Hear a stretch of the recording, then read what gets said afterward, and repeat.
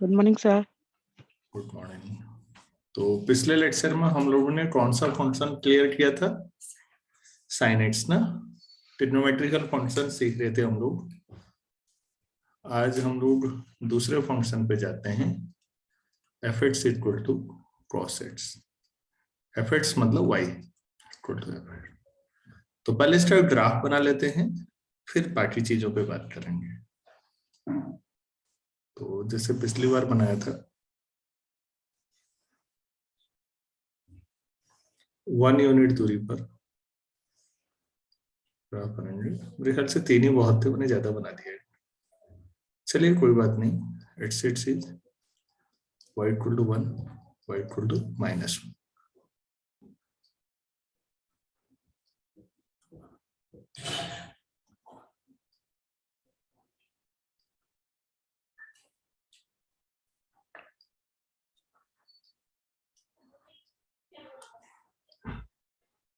ये y axis है, ये π/2, पाई 3π/2, 2π। अरे ज्यादा हो गए, चलो कोई बात नहीं, ये तो इनफाइनाइटली बनता जाएगा।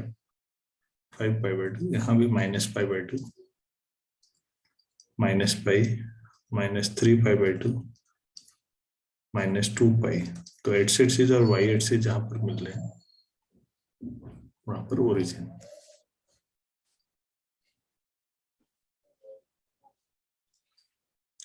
क्रॉस 0 1 होता है, तो आप ऐसे समझिएगा। और ये इवन फंक्शंस भी। नानी कहाँ चली? माइक ऑन है, चल रहा है आपका? योगिता सर मेरा माइक ऑफ है। अच्छा,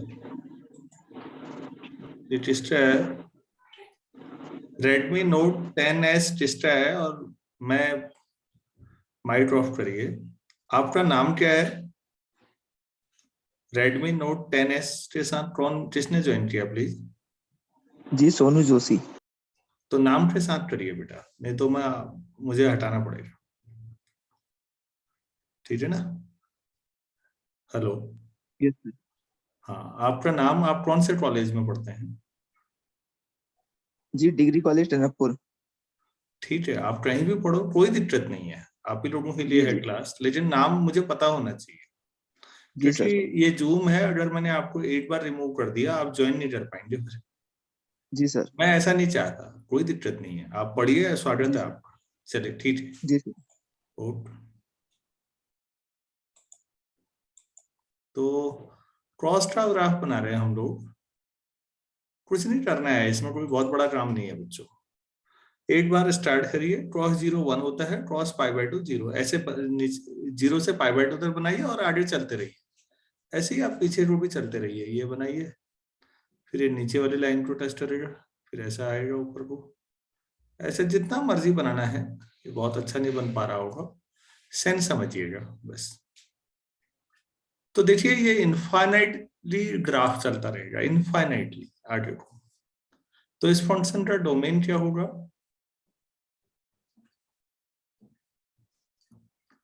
एक्स एक्सिस कहां से कहां तक जाएगा? तो आप देखिए, -इनफाइनाइट से +इनफाइनाइट तक जाएगा। और इसकी रेंज क्या होगी? ये -1 से +1 के बीच है, और टच कर रहा है -1 को भी, +1 को भी। और बच्चों, ये इवन फंक्शन है, क्रॉस इवन होता है, आप लोग पहले से भी जानते हैं। दूसरी बात, वाई एक्सिस के साथ देखिएगा, वाई एक्सिस के राइट में जैसा होगा वो लेफ्ट में भी वैसा ही होगा। मिरर इमेज चल रही होगी। एवरीवेयर कंटिन्यूअस, हर जगह कंटिन्यूअस फंक्शन है, एंड डिफरेंशिएबल। डिफरेंशिएबल फंक्शन का मतलब स्मूथ, कहीं शार्प एज नहीं आएंगे।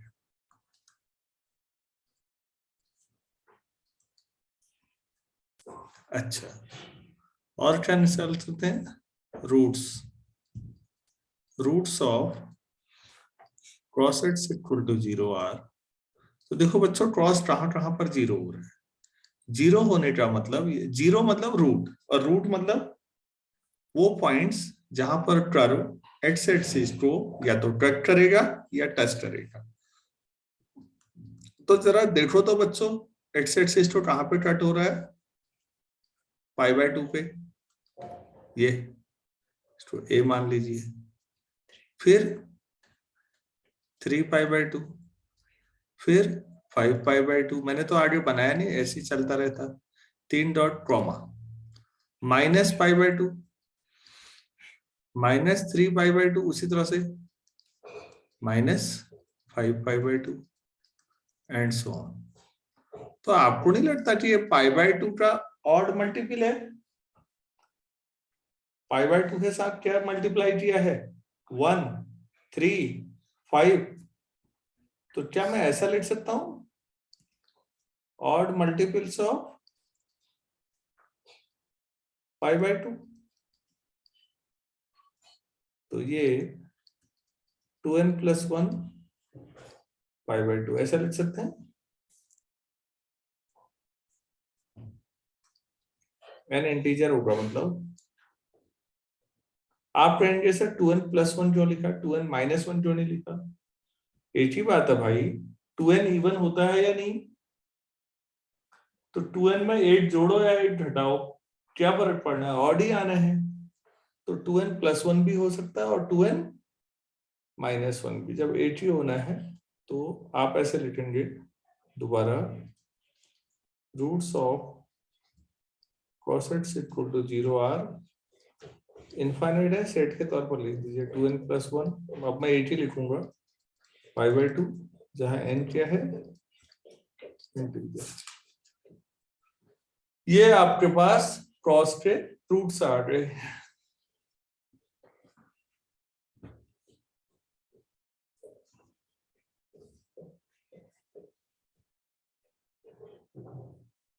दो फंक्शंस कब बराबर माने जाते हैं, मैंने बताया था। कोई स्टूडेंट बता सकते हैं? जब डोमेन सेम हो, रेंज सेम हो और डोमेन में हर पॉइंट पे वैल्यू सेम, हर पॉइंट पर। केवल डोमेन और रेंज सेम होने से काम नहीं चलेगा, वरना डोमेन रेंज जो यहां लिखी है वही मैंने पिछले लेक्चर में sin xt भी लिखी थी, लेकिन हर पॉइंट पे वैल्यू सेम नहीं होती ना उनकी। तो आपको ये देखना, यहां पर इतना समझ में आया बच्चों, या कोई डाउट है?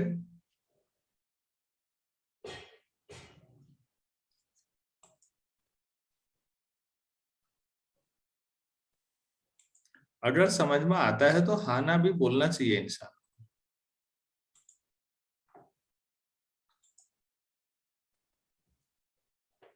अब एक क्वेश्चन मैं आपको देता हूं, 0 से π/2 मैक्सिमम ऑफ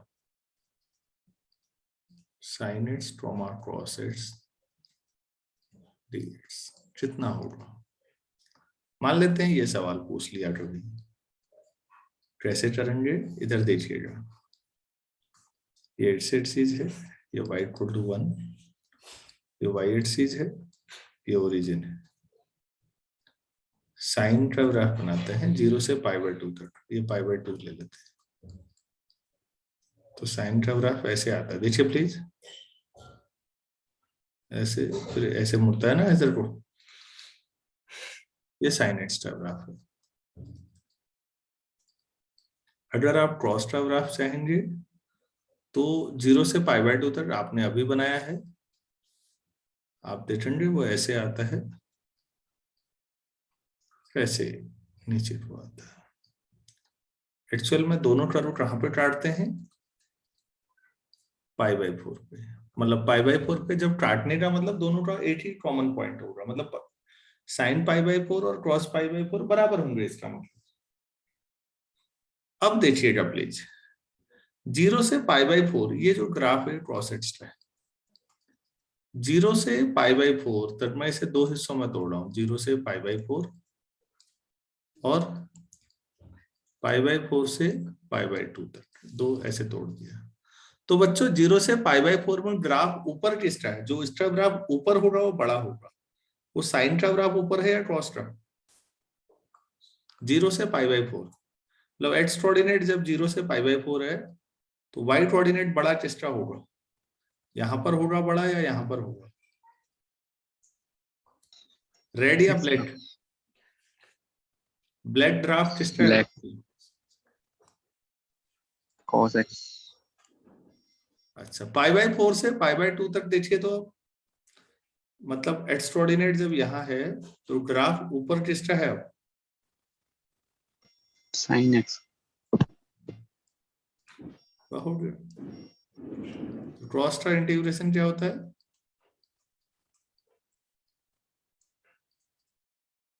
साइन, और साइन का minus cos. माइनस क्रॉस,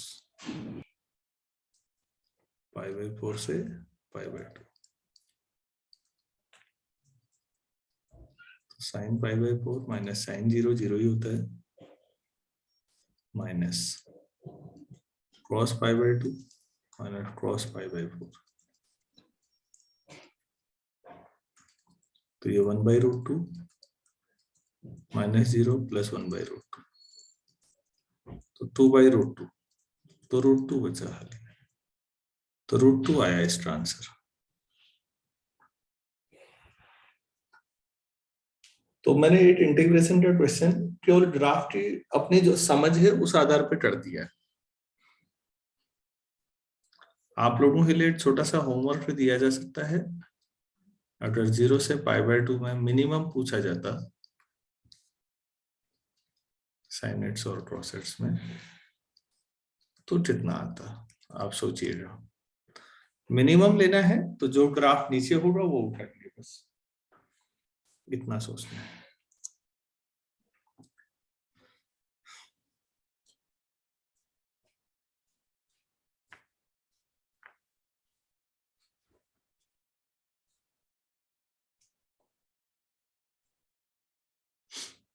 तो क्रॉस का पूरा क्लियर हो गया, Yes. Yes sir. चलो ठीक है बच्चों, फिर आगे बढ़ते हैं। अब हम लोग 10 के बारे में सोचते हैं। 10x का ग्राफ बनाते हैं, तो आप यहां पर लिखेंगे, इसको तो हिस्सों में कर देता हूं, y equal to 10x। 10x को आप कैसे तोड़ सकते हैं, sine x upon cross x, लेकिन ये शर्त ये है कि क्रॉस जब नीचे आ रहा है तो इट शुड नॉट बी 0, भाई जो डिनोमिनेटर में है वो नॉन जीरो होना चाहिए ना। तो आप बच्चों बिना देखे लिख सकते हो इसका डोमेन। डोमेन क्या हो सकता है, एच की वैल्यू आर माइनस, जहां पर क्रॉस 0 होता है वो पॉइंट हटा दीजिए, तो क्रॉस कहां पर 0 होता है, π/2 के ऑड मल्टीपल्स पे। अब आप ये जवाब नहीं देंगे π/2 पे 0 होता है, π/2 8 पॉइंट है, केवल 80 पे थोड़ी 0 होता है, वो 80 0 बोलोगे तो इसका मतलब ये साबित हो जाएगा कि 80 जो काटेगा 8 से इसको,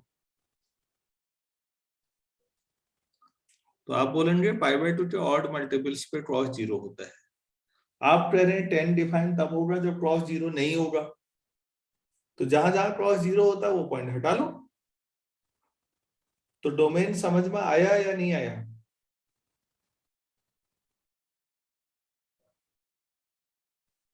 हेलो, यस सर। अगर आप इसका ग्राफ बनाना चाहें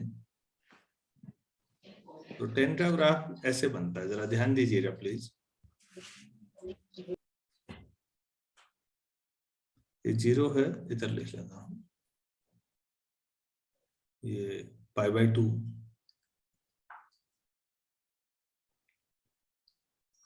पाई 3π/2, 866।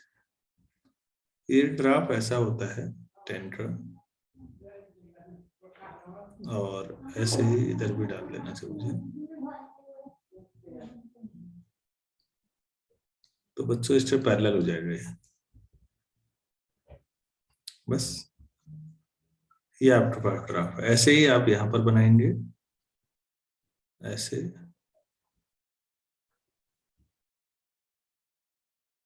ये ऐसे जितने मर्जी बनाने का मन हो आपके, अगर आप और बनाने में इंटरेस्टेड हैं तो ऐसे ही यहां पर भी बन जाएगा।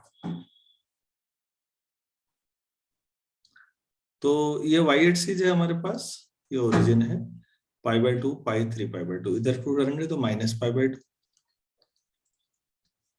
-π यहाँ पर ये वाली लाइन, और ये -3 π/2। तो ये डिस्कंटिन्यूअस ग्राफ ऐसे बनते हैं 10 के।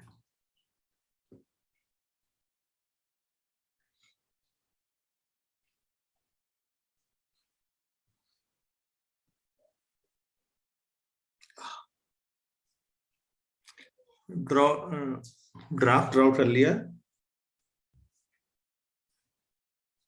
Yes sir. अच्छा, अब तो फिर रेंज क्या होगी बच्चों, आप ही लोग बता दीजिए फिर इस हिसाब से। Y coordinate range are. अच्छा, ये डिस्कंटिन्यूअस कहां पर है, जरा ध्यान दीजिएगा, इधर देखिएगा प्लीज। π/2 से ठीक पहले अगर कोई पॉइंट लेते हो, इधर ग्राफ पे नजर होनी चाहिए। हाँ, π/2 से ठीक पहले अगर कोई पॉइंट लेते हो तो ग्राफ कहां को जा रहा है, ऊपर को, प्लस इन्फिनिटी की तरफ। अब π/2 के ठीक बाद में कोई पॉइंट लेते हो तो ग्राफ कहां को जा रहा है, तो π/2 पर फंक्शन कंटिन्यूअस हुआ कि डिसकंटिन्यूअस हुआ?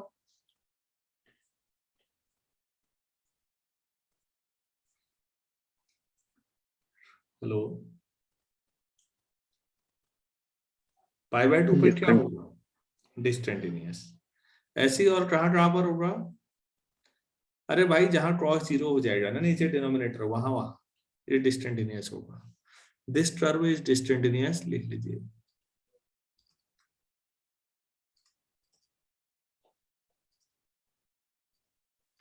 This curve is discontinuous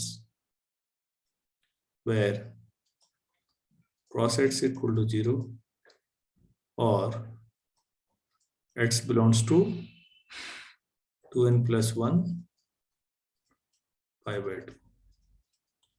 cross in सब जगहों पर 0 होता है, तो इन सब जगहों पर tan x का ग्राफ डिसकंटिन्यूअस हो जाता है। एक चीज और समझाना चाह रहा हूं बच्चों, नोट करके इसको समझिएगा। 0 डिग्री, 30 डिग्री, 60 डिग्री, 90 डिग्री। 10 ये थीटा है, तो tan थीटा कितना होगा, 0, 1/√3, √3 और इनफाइनाइट। tan का ग्राफ 0 से 90 डिग्री तक अगर आप चलते हैं तो प्लीज ध्यान दीजिए, शुरू में बहुत धीरे राइज करता है, शुरू में बहुत धीरे राइज करता है, इसमें कोई खास राइज नहीं है। 60 डिग्री तक पहुंचते पहुंचते tan कितना होता है, tan 60 √3 कितना हुआ, 2 से भी छोटा हुआ नहीं, 2 √4 के बराबर हुआ ना बच्चों, √4 2 हुआ और √3 2 से छोटा होगा, मतलब 2/3 रास्ता कवर कर लिया। प्लीज ध्यान से देखिएगा, 0 से लेकर 60 2/3 रास्ता कवर हो गया है और tan x 2 में भी नहीं पहुंचे हैं, और लास्ट 1/3 में इसकी स्पीड देखिए प्लीज, लास्ट 1/3 में इसकी स्पीड इतनी है कि यहाँ 2 पे नहीं पहुंचा है और यहाँ इनफाइनाइट पर है। उसके बाद इसको ऑब्जर्व करना चाहिए, 10 यूनिफॉर्म वे में नहीं बढ़ता। शुरू के 2/3 हिस्से में तो 2/3 में तो 10 बहुत ही स्लो चल रहा है, और लास्ट 1/3 में सीधे √3 से उठ के इनफाइनाइट पहुंच जा रहा है। तो 10 का ग्राफ लास्ट में रैपिड वे में सीधे ऊपर को हो जाता है। क्या ये बात समझ में आई आप लोगों को? Yes, sir. चलो ठीक है। इसके अलावा जो नेक्स्ट इंपॉर्टेंट चीज इसके बारे में होगी, मैं नेक्स्ट पेज में बताता हूँ। इसमें 10 में बहुत सारी चीजें हैं जो अब मैं बताने जा रहा हूँ बच्चों, उसको ध्यान से देखिएगा। अगला पॉइंट जो होगा सेकंड, ये x एक्सिस, ये y एक्सिस है। तो 45 पे जाने वाली लाइन अगर हम ड्रॉ करें तो y इक्वल टू 8 से अगर आप ड्रॉ करते हैं तो 10 का ग्राफ ऐसे आता है बच्चों, ध्यान दीजिएगा। ये 0 पर 0 होता है, बाकी ये इससे ऊपर ही चलता है। पिछली बार मैंने आपको sin x बताया था तो वो नीचे चल रहा था इस लाइन से, 0 पर दोनों सेम हो रहे थे। एक्चुअल में x less than equal to 10x होता है। तो इसका मतलब है x upon 10x less than equal to 1 या फिर 10x upon x greater than equal to 1। ठीक है। तो अब अगर आप limit x tends to 0 x upon 10x करें तो भी 1 आता है। Limit x tends to 0 10x upon x करें तो भी 1 आता है। लेकिन limit x tending to 0 x upon 10x का ग्रेटेस्ट इंटीजर ले लें तो ध्यान दीजिए प्लीज कितना आएगा। लिमिट 10x अपॉन x का greatest integer x tends to 0 तो कितना आएगा, ये आप लोग बताएं तो ज्यादा अच्छा रहता। पिछली बार किया है इन सब पे काम, बताना चाहेंगे आप लोग?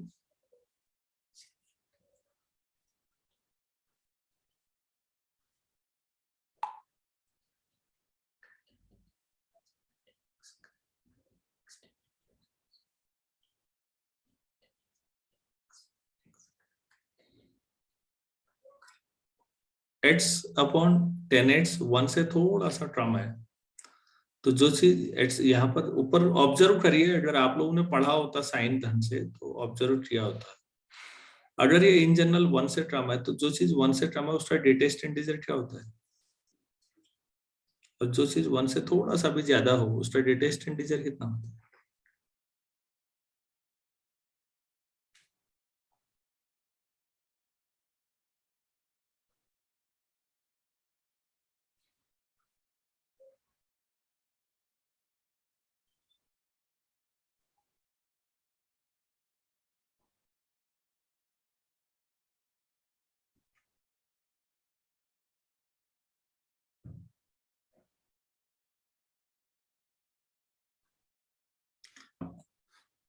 तो 10x अपॉन x का ग्रेटेस्ट इंटीजर, देखिए लिमिट पे गौर करिए, लिमिट दोनों में 1 जा रही थी ऊपर, लेकिन जब आप ग्रेटेस्ट इंटीजर लेते हैं तब दोनों में अलग हट रहा है थोड़ा सा।